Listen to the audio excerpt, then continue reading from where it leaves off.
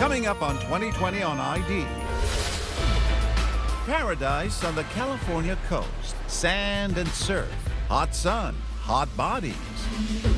And then... Costa Mesa 911. There's a body in my son's apartment. Dead body? Julie, a girl with personality plus, killed in the apartment of this man's son. Sam, what happened? What did you do? But Sam, a bona fide catch with movie star looks, is nowhere to be found. Is he taunting police with bizarre clues? A possible love triangle? The victim wearing a tiara and something else. There was a message written on the back of her sweater. Inside the murder case, the twisted trail of clues. A wedding invitation, a pizza delivery. The pieces start coming together, and it is beyond diabolical. And a manhunt that turned into a boy hunt. Who's this guy? It's not Sam. Nobody knows who this guy is. I open the door, get on the ground, everything's going on crazy, I'm freaking out. And what about Sam's neighbors, these actors? What parts do they play? Are the songbirds about to start singing on each other? Don't. That can't be found. No, babe, I'm gonna do it. Are they sticking to the script or going off it, way off? Yes, I saw the body. Is that what you want to hear? No? We're going to hear the truth. You will. Mystery in apartment 410. Welcome to 2020 on ID. I'm John Quinones. It's a story that played out like the darkest of stage dramas, one that began with murder and unfolded to reveal a missing person, an unsuspecting accomplice, and finally a shocking confession that would blow the case wide open. The players, a dancer, a combat vet with movie star looks, and a wannabe actor giving the performance of his life. Before it was all over, 2 of the 3 would be dead. And as Jim Avila first reported in 2016, left behind were 2 families grieving their losses and searching for the truth. She is the picture of today's American girl, an immigrant's daughter, dancer, college student, and free spirit, Julie Kibuishi. She was pretty much tomboy. She's rather play outside, And she was a riding good a bicycle. Very athletic. Julie, born in Southern California, was thriving in the golden sunshine, respecting her Japanese heritage, but thoroughly embracing what it means to be 23 along the beaches and freeways of the OC, sun-soaked Orange County, California. I would say Julie is definitely an all-American Japanese girl. She liked to sometimes bow, just her kindness. Kindness. That's the word you hear over and over to describe Julie, a quality no one ever expected could be her undoing. Costa Mesa 911. There's a body in my son's apartment. Is it a female or a male? It's female. It couldn't be Julie, could it? The innocent, lively, creative young woman with a big circle of friends, most of them known well by her parents. And her friends and the people she hung out with, never any danger. No. Nothing really for a mother to worry about. My kids, they didn't go anywhere that they should not to go. But Mom had never met the new man in Julie's life, 26-year-old Sam Hare, older and much more experienced in the world. Julie meets him at community college. He's a handsome combat vet, even a hero with Bradley Cooper looks, who served in Afghanistan and is now home in Orange County, pursuing his college degree and a little fun along the way. Larger than life, gregarious, and by all accounts, easy to like. I hope you're taping this for my mommy back home. Big, strong guy, happy-go-lucky, just a big galoof. Larry Gonzalez grew up close to Sam in the military, calls him brother, and was in the trenches of Afghanistan with him at Camp Keating, a remote outpost under constant fire. It can range anywhere from half an hour to hours. And all those months on the front lines had an effect on Sam Hare. Like too many of our returning soldiers, he showed signs of PTSD. Ruben Salas is another Marine combat veteran and one of Sam's best friends. Sam will suffer with dreams. He'll tell me stories sometimes that, he'll find himself in a foxhole and his area will be taken over by, insurgents. Overrun. Yes, he'll be overrun. And he'll have those nightmares. That's got to be pretty scary, huh? For him, it was very traumatic. Now, Sam Hare and Julie Kibuishi, two 20-somethings from different worlds, are living the life in Southern California. Julie, a passionate dancer, was talented enough to be accepted at the prestigious Orange County School of the Arts. It's the same school where Glee star Matthew Morrison learned his craft. Everybody wants a thrill. Cindy Pekka Dolan, the school's creative director, taught Julie for 5 years. Julie's kindness was really immeasurable. I mean, she just embraced everyone and life. She was very compassionate and talented as well, very fun to watch on stage. Take a look at Julie in performance. Athletic, flexible, dynamic. Julie wasn't just artistic, she was smart. Sam was struggling. They met in anthropology class, so she volunteers to tutor him. Sam's parents, Steve and Raquel Hare, say Julie and Sam were good for each other. She looked up to him, and she was very good at tutoring him in anthropology, and he got an A in that class. And they're friends, right? And I said, Sam, is there anything going on with you and Julie? And he says, absolutely not, Dad. She's like my kid's sister. Okay, what's going on, sir? But on this spring night in the OC, kid sister is in big trouble in Sam Hare's apartment. There's a what? Body, a dead body. A dead body? Are you sure, sir? I can think he's still, man, I'm sure. Okay. He's cold. Julie's lifeless body is sprawled across the bed. That's Sam's dad, Steve, making the breathless 911 call.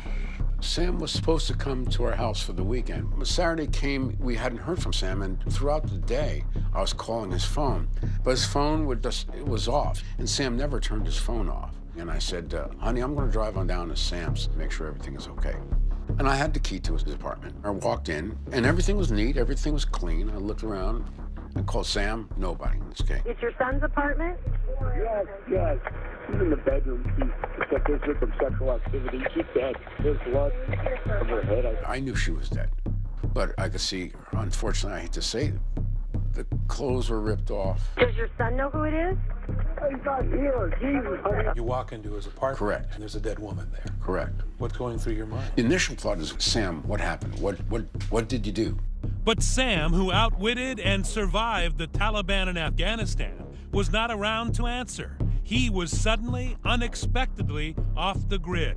The motive for the murder is still not known. Samuel Hare hasn't been seen. Police have issued an all-points bulletin for Sam Hare, a combat veteran suffering from flashback nightmares. PTSD is very much in the back of our minds. So you knew he knew how to use a weapon? Correct.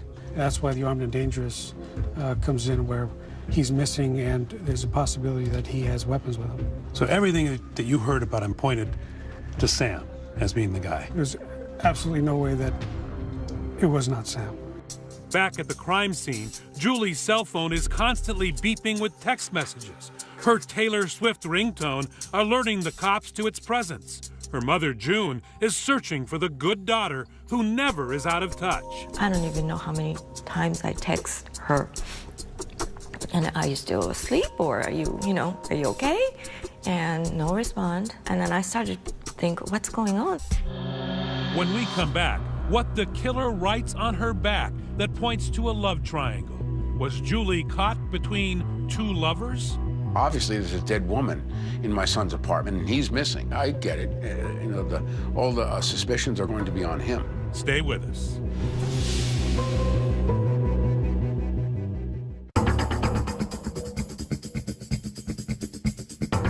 First, we're going to start off with a very shocking story. It's out of California. Julie Kibuishi is murdered. A gunshot to the head, found in her friend's bachelor pad apartment. There's no sign of struggle here, no sign of Sam.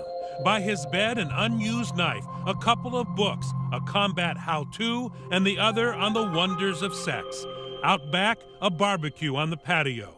Everything neat and in its place. And on the counter, a wedding invitation for Sam's downstairs neighbors, his good friends, actors Dan Wozniak and Rachel Buffett. Now, Costa Mesa police have released a photo and vehicle description hoping to locate a 26-year-old man suspected of killing. Costa Mesa, in the heart of Orange County, a city of 100,000. It averages just 2 murders a year. But on this May night, with a half-moon rising, Lieutenant Ed Everett and Detective Jose Morales walk into what looks like a slam dunk of a murder case. I was thinking a potential love triangle. Right as you walk into that doorway, you can see Julie's body positioned on the bed. And what was the condition of her body? She had one gunshot wound, kind of top center of the head. She was wearing a tiara. A tiara. When Julie is murdered, she's wearing a crown. Her last night began as one of the happiest in her life. She had a dinner date with her big brother Taka to help plan his wedding. Her mother June remembers her practically bouncing out the door. His fiancé asked her to become a bridesmaid. She gave her the tiara. That was pretty special for her too, right? Yes. She didn't take it off. It was getting late, close to midnight, but Sam is desperately texting her. Messages that were still on her phone when police found it in her purse in Sam's apartment. The text messages were very important. Sam texts he is out helping his downstairs neighbor Dan Wozniak, the actor buddy, short on funds, getting married and freaking out over how he'll pay for his wedding. Helping Dan, then headed to Folks for weekend. But less than 2 hours later, Sam seems suddenly in distress, texting Julie, "Can you come over tonight at midnight alone?" Very upset, need to talk. Then, "Jesus, I really just want to talk. I need someone I trust." Julie responds, "I'm here for you like family." And those were not the only messages on the night she was murdered. Police discover another more vile text, this one handwritten by the killer on Julie's body. There was a message written on the back of her sweater. And as cleaned up as you can, what was the message? It was, "F you, all yours." The working police theory? We looked at the phone and thought, okay, maybe he's drinking, using drugs, and there was an incident, and he just snapped and, sexually assaulted her and wound up killing her and then fled. Now, they just have to find Sam. Police say the 26-year-old has disappeared. Neighbors say his bicycle sits outside his apartment, but his vehicle is gone. His passport was missing. His car was missing. Orange County Senior Deputy District Attorney Matt Murphy is supervising the case from the first call and says there is little mystery here. I'm looking at everything going, come on, guys, this is obvious. You're going to find Sam. He's going to be our killer. The final clue for police and Murphy, a big red flag. Sam Hare, the war hero's background check. He's been in big trouble before. He was arrested for murder. He was tried for murder. A murder charge points to Sam. Squarely. Absolutely. It points with a neon sign. Turns out Sam had been accused as a young man of luring a friend to a parking lot where he was killed by gang members. The charges didn't stick. He was acquitted. But if you're a cop investigating a murder... We thought, okay, if he has this, he's predisposed and maybe he did it again. Then, 2 days after Julie's body is found, police get a big break in a new direction with the help of Sam's father. Steve, he was a bulldog throughout this investigation, and initially he and Raquel had indicated that they thought that their son Sam was kidnapped and was a victim, which we thought at the time was just kind of outlandish. So it didn't make sense at the time? No, it didn't make sense. But Steve Hare, convinced his son could not be a murderer, is conducting his own parallel investigation. Not looking for a killer, just looking for his son. And when the banks open Monday, he hits pay dirt, discovering a digital trail. 11:59, 12:05. This is your investigative box. This is pretty much the investigative box. Steve shares a bank account with Sam where his son saved $62,000 in combat pay. He's first to notice his son may have disappeared, but his debit card is not too far away. I went on the computer and I saw there was activity. So I assumed Sam or somebody was using it in Long Beach. That's just 20 miles away, and when he gets to the bank, hanging around fruitlessly at the ATM for hours, Steve sees a bank alert. His son's card is being repeatedly used at another Long Beach location, Echo's Pizza. So I went there, I went to the pizza place, checked around looking for Sam's car. Sat there for an hour. No luck, but the cops now have the same information, and they have the edge on Steve because they have access to those little cameras above the ATM machines. The bank sent us these videos. It was a day or two later, and then we were surprised to go, okay, who's this kid? It's not Sam. His parents don't know who it is. Nobody knows who this guy is. A pizza-loving, baseball cap-wearing stranger is draining Sam's bank account. An accomplice? A kidnapper? A killer? Stay with us.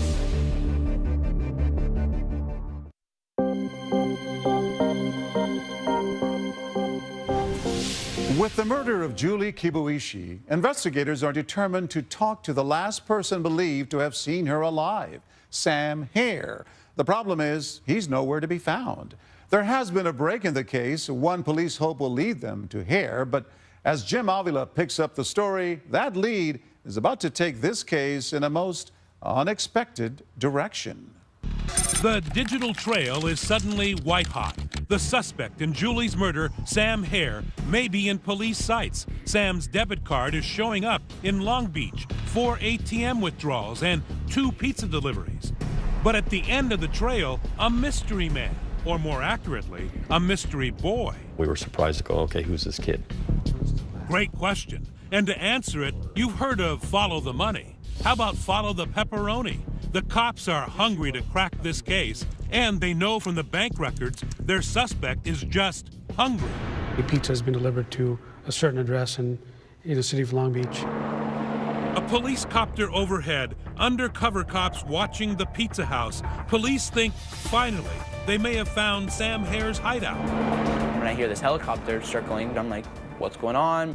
Recognize him? You've already seen this kid. His name, Wesley Freilich, the baseball cap teen in those pictures taken at the ATM.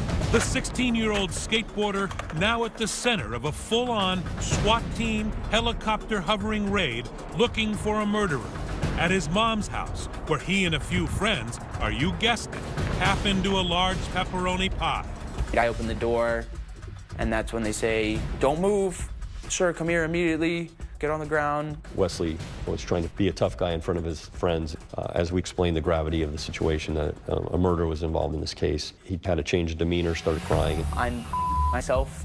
Everything's going on crazy. I'm freaking out. I'm being questioned about this whole withdrawing money from the ATM. Police quickly figure Wes is not the murderer. But where is Sam? The police go inside. My mom's door to her bedroom is shut and locked, and the police are assuming that he's in there. So we forced entry into that room to search it. Sam is not there, but his missing ATM card is. Time for young Wesley to answer a few questions. And I immediately told them everything. I said, this is what happened. Turns out the ATM runs for Sam's cash were not Wes's idea. He had a trusted friend, an older guy his mom, Lori, met in community theater. Oh, he's a cool kind of cat that I would like to groove with. That cool cat is none other than Dan Wozniak. Remember him? He's Sam's broke downstairs neighbor. They hang out together at the apartment jacuzzi, and now Dan is about to be married. He's currently starring in a local production of the musical Nine. See what I mean? Wes tells the authorities Dan gave him Sam's ATM card and PIN number and fed him a story about using that card to collect money Sam Hare owed him. A scheme only a 16-year-old with a hankering for free pizza might believe. He said that he worked for a bail bondsman agency directly through a private sector company that helps with collections of money that are from escaped convicts or people that are on the run. And he said that Sam was somebody who owed the bail bondsman money. Yeah, he had an actual folder of paperwork and saying that this was all legal, that it's all good to go, and all they need to do is withdraw the money and to make sure I wore a hat and glasses. So Wes and Dan drive from Mom's house around the corner and down the block to the Chase ATM. Where is he parked? He's parked over there in that parking lot. So he can see what you're doing? Yes. Well, the cameras aren't seeing him, but the cameras are seeing me. He rolls over to the ATM on his skateboard, but at the machine, young Wes has a little trouble. I skate across and come here. I put the card in, gave me the PIN. Back at the car, Wes says Dan is jumpy. The first reaction actually was, why'd I take so long? And I told him my first time using an ATM, so I don't know what I'm doing. He knew enough to withdraw $400 and over the next few days, similar amounts that he turned over to Dan Wozniak, who had rapidly become a suspect in the disappearance of Sam Hare, and a person of interest who may know how Julie Kibuishi died. So at that point, it's time to bring Dan in. Yes, it is. I had Detective Morales call Daniel using a ruse of, hey, we need you to come down. And Dan said he wasn't available. He was at his bachelor party. The Hares and the Kibuishis are waiting for answers, but Dan is busy, and he blows off the cops. These families, they're experiencing the worst grief that a family could experience. At that moment, Daniel Wozniak's on his way to his bachelor party. He won't come to them, so they go to him. Dan Wozniak was there with a couple of his friends, and immediately when he saw me, you could see the blood drain from his face. He turned pale and immediately looked down. He says, I'm going to tell you everything. I'm sick of covering for Sam. I'm sick of covering for him. I'm going to tell you everything. Are Sam and Dan in cahoots? Where is Sam? One thing we know, there will be no celebration on this night for Dan Wozniak. He's under arrest and headed to the interrogation room. And so are we. How was your life in danger? He threatened it. And all of a sudden, the pieces start coming together, and it is beyond diabolical. You just told us you saw 2 bullet wounds. You were standing over. No. Stay with us.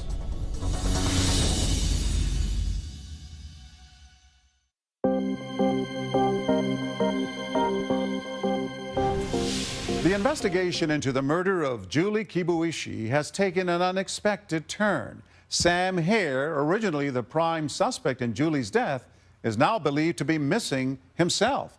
And police think they know who may be behind his disappearance. His downstairs neighbor and friend, Dan Wozniak. Now Wozniak is under arrest and about to tell his side of the story. And as Jim Avila reports, this case will be rocked by what he has to say. A murder case with a Shakespearean twist. I am lusting for more. Dan Wozniak, the affable baritone accustomed to the warmth of the spotlight, suddenly finds himself in the cold glare of a police grilling. But the OC Community Theater crowd just loved it. And here you are acting together, huh? You and Dan? This is our... Wes's mom, Lori Freilich, often performed with Dan Wozniak. He was just such a fun guy. He was fun. He was a good actor. He was also someone that Lori, a single mom, trusted to spend time with her son. I would call him up and say, Wesley really could use a ride from school. I'm staying late at work. Could you get him? He would go. He'd pick him up. They'd go for pizza. You know, he was kind. He was thoughtful. Carol and Anthony Celeste were also part of the theater crowd. Anthony recalls an easygoing guy, the type he says you'd like to have a beer with. He was very outgoing, very likable, had that twinkle in his eye. I always tell people that he was the type of person that, you know, you saw them and they were such a life of the party that it made you look back and think, man, I wish I had that kind of personality. But the personable Dan was apparently draining his buddy Sam's bank account to pay for his wedding. Did he have money problems? Always had money problems. You know, constantly going from one job to another. It was a definite roller coaster. Hi, my name's Dan Wozniak. I'll be playing the role of John Davis. Now, money is a really big dilemma for Dan. He's about to marry Rachel Buffett. And you will be my true love. Here she is as his co-star in that musical 9. Dan had no full-time job, and now he's in full-blown crisis, needing to finance his wedding and honeymoon and putting the squeeze on some of his friends. My wife calls me. She tells me real quickly, hey, Dan's been calling. He wants to borrow money. I said, what is it for? And she's like, look, it's something to do with his wedding. He needs to talk to you.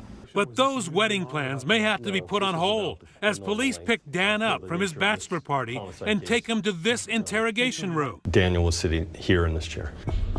It is to be a long night of questioning about how he came to possess and then manipulate a naive teenager to use Sam Hare's ATM card. And while we're at it, where is Sam? I don't know. Lieutenant Everett has a prime seat in front of the monitors in the detective room.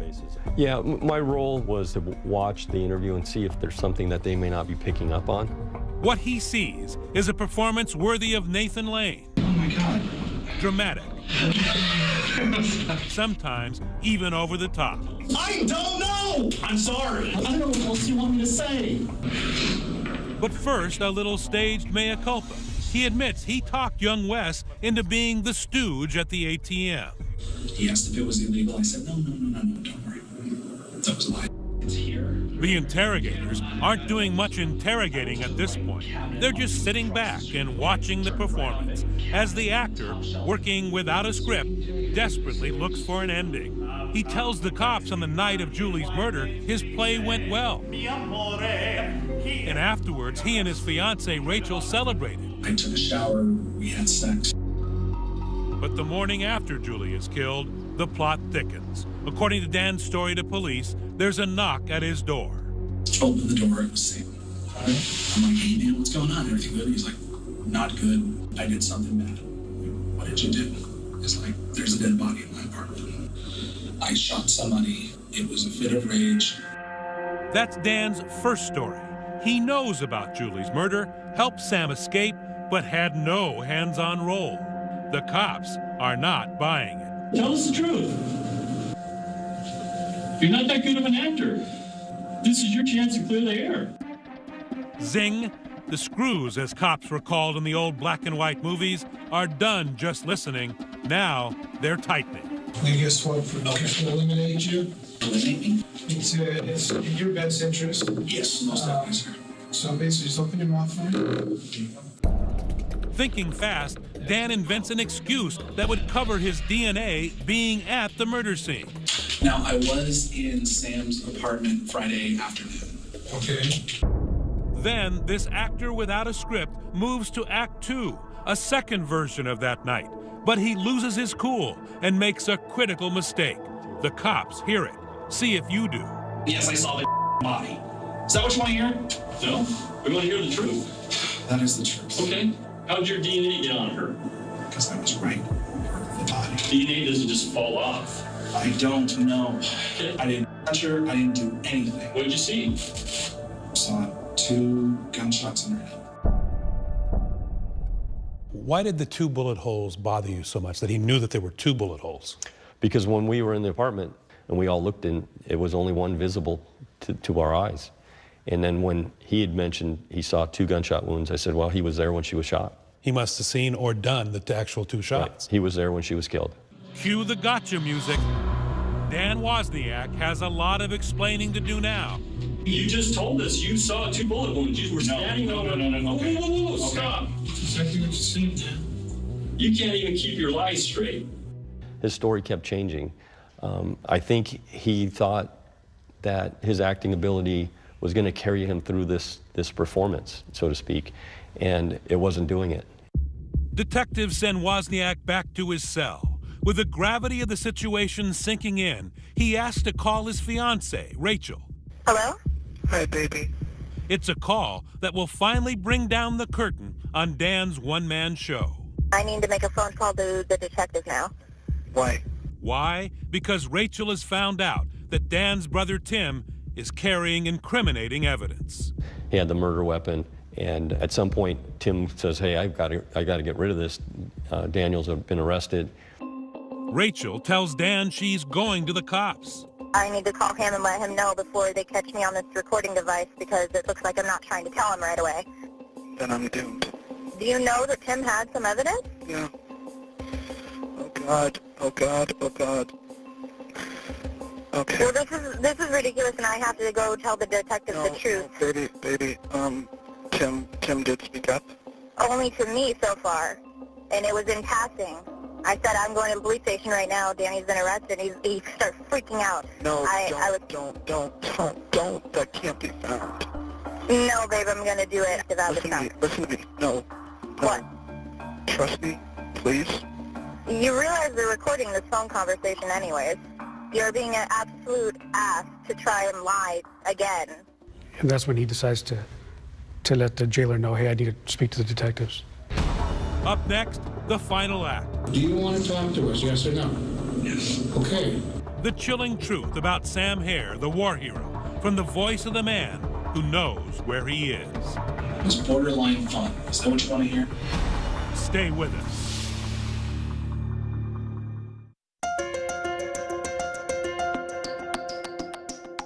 Sunset at Eisenhower Beach along Southern California's Riviera coast. Doesn't get much better than this. It's where community theater actors Dan Wozniak and Rachel Buffett plan to marry and then honeymoon aboard a cruise ship right after their musical 9 closes in a couple of days. But there's been a hiccup in their matrimonial machinations. Eyewitness News reporter Eileen Frere is live in Long Beach with new information on this grisly case. Dan may not make those nuptials. He has a previous but sudden and more pressing engagement with police. He's performing the final act. After 14 hours at the police station, he's about to admit that he killed not just one innocent, but 2, in a macabre plot worthy of pulp fiction. You said you wanted to talk to me. What's going on? I'm crazy and I did it. You did what? I killed Julie and I killed Sam. Okay. All right. Where's the both? Dan Wozniak labels himself a pathological liar in a downward spiral for 2 years, who couldn't bear to admit to his beautiful fiancée he had no job, no money, was about to be evicted, and could not afford to marry her. But Sam, his neighbor, had saved all his combat pay and had an account that looked like problem solved for Dan. $62,000 is unlimited wealth in the world of Daniel Wozniak. He's the perfect target. He was kind of a grifter, right? I mean, he was a guy looking for the edge all the time. Right. He's everybody knows somebody like that. He's always got the get-rich-quick scheme. He's always, he's always got a plan. And his plan included his war hero friend Sam, who out of kindness volunteered to help him with his wedding. Sam was actually the first to die. Dan Wozniak had the cold heart of a debt collector. So Daniel Wozniak's world, there was no problem in his mind murdering 2 people so he can go on a honeymoon. The scene of the crime, another local theater, less than 20 miles away. Backstage, beyond the lights, up in the dark, dank rafters, he lures Sam to an unexpected, violent death. I went upstairs and then said, well, we need to move something from the attic. And? When he bent down, I grabbed the gun and I shot him. How many times? Months and then he was still alive. Where'd you shoot him at? The back of the head as he was kneeling down. And then the second time? Second time he was down, he was still talking, saying, I need help. What did he say to you? I need help. Something hit me, it felt like an electric shock. And then what'd you do? I reloaded and fired and killed. And it's not over by far. Wozniak tells the interrogators, if you go up the ladder from the theater, his head and hands have been decapitated. Lieutenant Everett, watching his monitors in the detective room, is about to fall over. And I turned to somebody and said, did I just hear what I think I heard? Okay, are the body parts there? Where are they? The Nature Center in Del Park. What was going on in your mind? I was actually smiling and laughing. He's laughing and smiling as he cuts off the head of this fine young man who bravely served his country so that he can go on a honeymoon. It's beyond horrific. It's evil. Absolutely, it's evil. But despite all the terrible things these grizzled detectives have heard, there is something that bothers them even more: the senseless murder of an innocent, near stranger, Julie Kibuishi. Julie is basically being killed to cover this thing up, and it's horrific. And here's what you didn't know till now. After killing him, Dan Wozniak takes Sam's phone and sends Julie those urgent texts to lure her to her death. Julie was wearing like a crown tiara. She had just come from her brother's. So I have a key, let's go in. And then said, oh, by the way, did you see this in Sam's bed? And she was laid over and put 2 bullets in the back of her head. Why did you feel you had to kill Julie? What was the rationale behind that? Seriously, to cover up Sam. And so how would that cover up Sam? To make it look like he was on the run and he did. His plan is to make Sam Hare look like not only just a killer, but a rapist and a crook. His plan is to destroy his memory and destroy his reputation. The search continues here in a heavily wooded area of this park. We had search teams broken up into different quadrants. Someone out this way, someone back here, someone in this part of the park. I transported them in the backpack. I got plastic bags from Eunice Cafe, put them in the backpack. Was he able to just walk in here with a backpack full of body parts? He came in with just plastic trash bags and then kind of dug shallow holes and covered them with leaves and the debris that you see around. And what did Dan do after killing 2 people? This is that night's wrap party for the cast and crew of 9. Center stage, a smiling Wozniak. By the way, Sam would have been 27 on the day he was found in the park. Clearly, there was no party for the Hares on that terrible day. Okay, it's his birthday. And I remember waking up and thinking, I'm hoping, I'm praying they find my son's head. Who can write a script on that? Sam's body is so unrecognizable, it had to be identified by love, a tattoo on his chest in honor of his parents. It was a heart and a rose, and it just said Mom and Dad in there. So it signified that I love you. Right on his chest. Right, big, very big, and it's like this size. After the confession, police recovered the backpack filled with evidence: Sam's bloody clothes, his passport and wallet, and the gun that killed him. Even with all that, he pleaded not guilty. Wozniak's trial, which ended in January of 2016, was quick and to the point, with a prosecution, a few witnesses, a summation, and of course, Dan's confession. It was all just about the money. That was it. At this 5-day trial, the defense had no opening argument. They called no witnesses, and in their closing did not come close to using the word innocent or even asked for a not guilty verdict. And they never tried to claim that Dan was legally insane. In real life, day to day, you, me, we look at somebody like that. Anybody who would murder another human being for money has to have a screw loose. But the definition of legal insanity, they need to be so insane and so crazy that they don't understand the nature and quality of their actions. They don't know right and wrong. They don't know right and wrong. There's nothing wrong with Daniel Wozniak's head. It's his heart that is screwed up. The jury wasted little time. We, the jury, find the defendant, Daniel Patrick Wozniak, guilty of the crime of murder in the first degree. This trial was not about whether or not he was guilty. He was guilty. Guilty of 2 counts of first-degree murder. But no one is leaving the courtroom because next, this same jury must decide the bigger question. Does Dan Wozniak deserve to die for his crimes? And on that question, the jury reveals it has some doubts.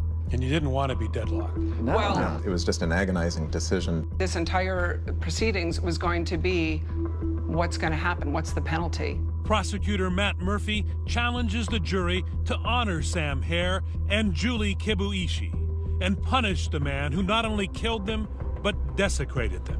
Danny Wozniak treated him like trash. He treated Julie like trash. So the question that I ask you to answer in your verdicts, are they? Daniel Wozniak's defense is that he is not the worst of the worst, that he is helping fellow prisoners now and deserves to live, to reform. Defense attorney Scott Sanders. He has it in him, and he's going to make a difference. Is that a mitigating factor to you that warrants life? I hope so. Back in the jury room, the vote for death is split. It's very different when you are the one sitting there almost literally pulling the trigger. The initial vote, 10-2, death. But when the jury's thoughts turn to the surviving families, the doubt melts away. Steve Hare, the rage, the anger that he had on that stand during the penalty phase, that was just overwhelming. When they showed the photograph of the funeral for Sam. His life was real to you. Absolutely. Mrs. Kibuishi, you know, when she's talking about her daughter being a dancer, and I'm thinking about my daughters. The next thing I remember, I'm sitting in my car and I'm sobbing over that testimony. If there is a time for a death penalty, this was probably it. Daniel Wozniak had the entire time from driving with Sam to the theater to think about what he was going to do, come back, think that night. He started texting Julie. He had that whole night to rethink. I mean, he had so many opportunities along the entire process. It was not only beyond reasonable doubt, it was beyond any doubt at all. The final vote came quickly, in just over an hour, one of the shortest death penalty deliberations on record. The family says justice was served 12-0. We, the jury, determined that the penalty to be imposed upon defendant Daniel Patrick Wozniak to be death. I just have voted to put a man to death. And this is a really sobering moment and one I'm going to live with the rest of my life. And down in my gut, I said, can I live with this? And I said, yes. And afterwards, there is more relief than joy. It was so long, overdue. But I can start healing. It's time. You know, we feel like one closure to our nightmare chapter.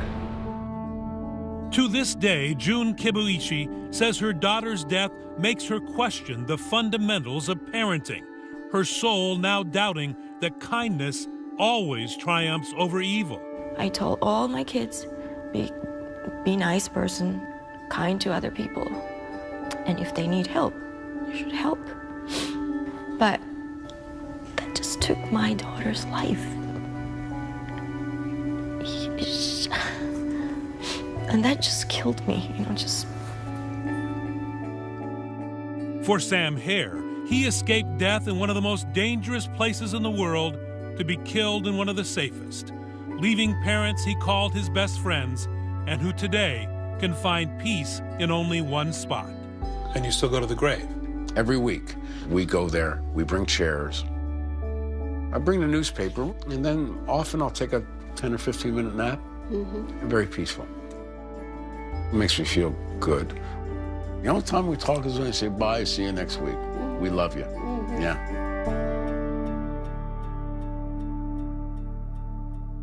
As of 2017, Daniel Wozniak is appealing his death sentence. Meanwhile, authorities later charged both his ex-fiancée, Rachel Buffett, and his brother, Timothy Wozniak, with being accessories after the fact.